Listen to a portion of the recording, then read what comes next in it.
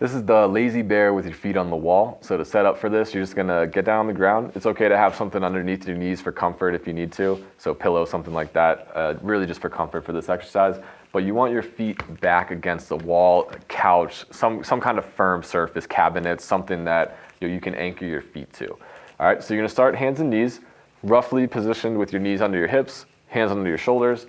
All right, and the biggest key here is that your heels need to stay in the wall or the surface that you're pushing into.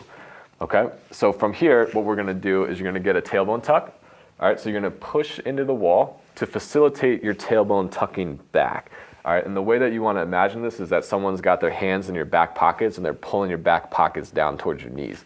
All right, what we want ideally is the movement needs to occur from here to here. What we'll see a lot with these exercises is people will kind of do like a broad hunchback type of thing, where they just push their chest up towards the ceiling, and you're really defeating the purpose of the exercise if you're doing that. So what you want is tailbone to tuck back. You're using the pressure of your heels into the wall to facilitate that movement. As you push, with most of these, we're not gonna like encourage bearing down or forcing things, but it's okay to force that pressure into the wall a little bit and force that tuck a little bit. You just don't want your abs to be driving everything. If you use your heels in the wall, you should be able to get to a point where you're feeling your glutes or your upper hamstrings being the thing that's driving your hips back. All right, once you get there and you got that pelvic tuck or the tailbone tuck, you're gonna corkscrew your elbow pits forward, so the front of your elbows needs to turn. So you can see as Ben does that, his hands don't move, but his elbows corkscrew forward, okay? And he's gonna press his chest away from the floor. So he's got pressure into his heels.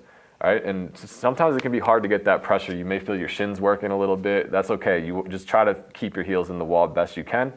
That's facilitating the tuck in the tailbone. And then he's got this nice uniform curve with his chest away from the floor.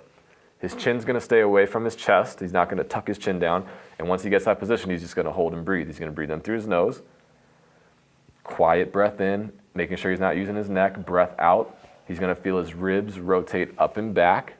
All right, I'm gonna keep them in that position, and as he breathes in, his back's gonna open up. All right, so he's closing down his underbelly or his front and allowing the back to open up from that position. So the biggest thing you need to feel here is as you breathe in, you feel this sense of expansion into your mid, upper, lower, like just throughout your back as you're going through this exercise. All right, if you can hit those points, especially this tailbone point, you got it down pretty well.